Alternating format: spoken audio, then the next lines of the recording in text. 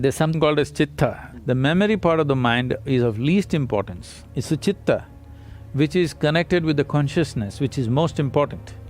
If you find a shape for your chitta, that shape will manifest always.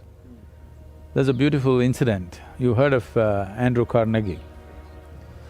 When Andrew Carnegie started his enterprise, in a short span of time, he became so super successful and made so much money, people suspected, the US government suspected he is doing some malpractice. They set up a Senate investigation committee. So they questioned him in every way possible and they found nothing wrong with his business. Then they asked, how do you manage to make so much money and be so successful? So Andrew Carnegie said something very simple. See, I can keep my mind focused on something for 5 minutes at a stretch. 5 minutes.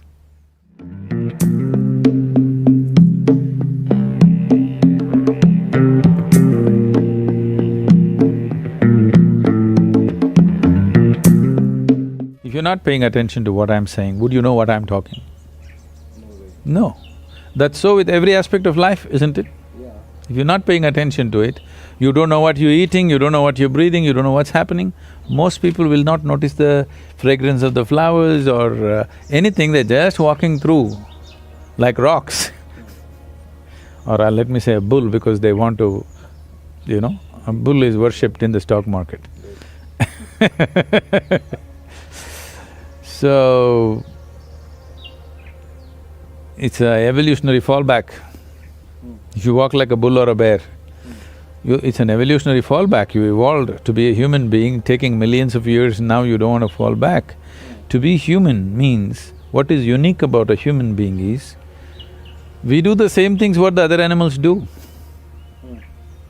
It is just that all that the animal can do, we do the same things, but we can do it consciously. That's a big difference. And doing anything consciously will not come if you don't have sufficient attention towards things that you do or things that you do not do. Especially things that you do not do, you must have absolute attention towards those, otherwise they'll creep into you.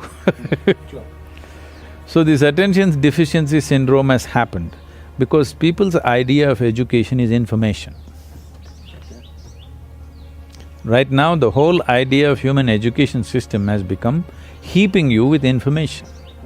The more information you heap upon on any mind, or let's say starting from childhood, the more he will develop aversion to attention.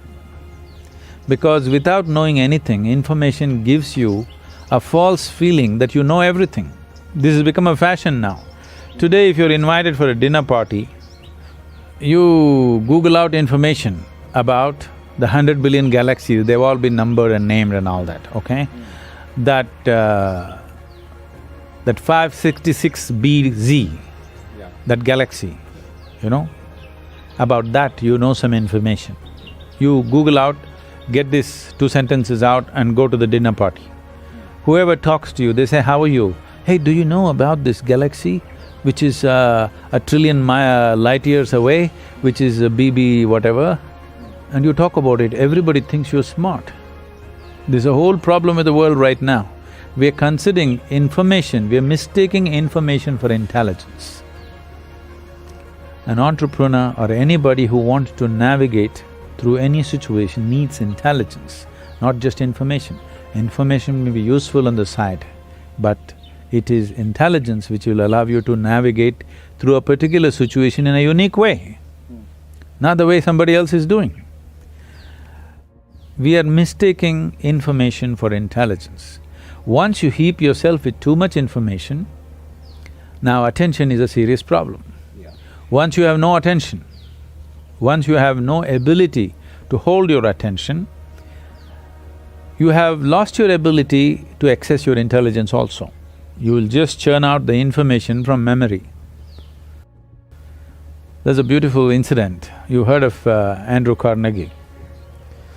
When Andrew Carnegie started his enterprise, in a short span of time, he became so super successful and made so much money.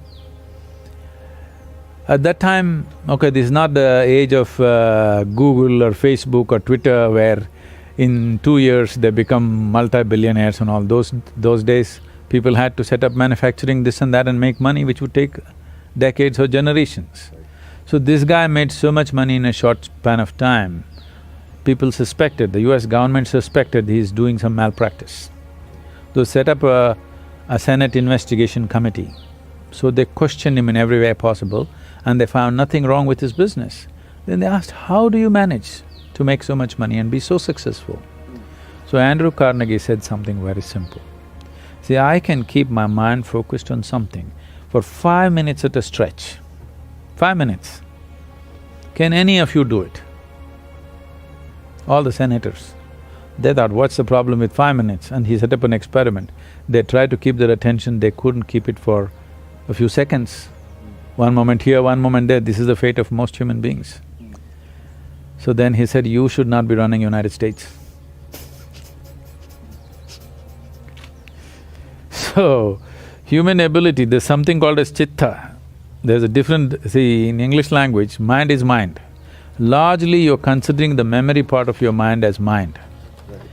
In the yogic system, there are 4 main aspects of the mind. I'll not go into the detail, but the memory part of the mind is of least importance. It's the chitta, which is connected with the consciousness, which is most important. If you find a shape for your chitta, that shape will manifest always, because it's empowered by life-making material which for lack of words we're using the word consciousness, that which is the basis of life. Once your mind is yoked to that, then what shape your mind takes, mind is like a cloud, you can make it any shape. You can make it godlike, you can make it a devil out of it, you can make a pig out of it, you can make whatever out of it, you know. It's a nebulous thing. So what shape you give to your chitta, it will always manifest in the world because it's empowered by life-making energy behind it. So that is the most important aspect of the mind, not the memory. Memory is important to handle the material aspects. After all, an entrepreneur may be just trying to handle material, it's fine, but I would like an entrepreneur's life to become an exciting adventure, where his process of exploring new possibilities become truly new possibilities in his experience, not just economic possibilities.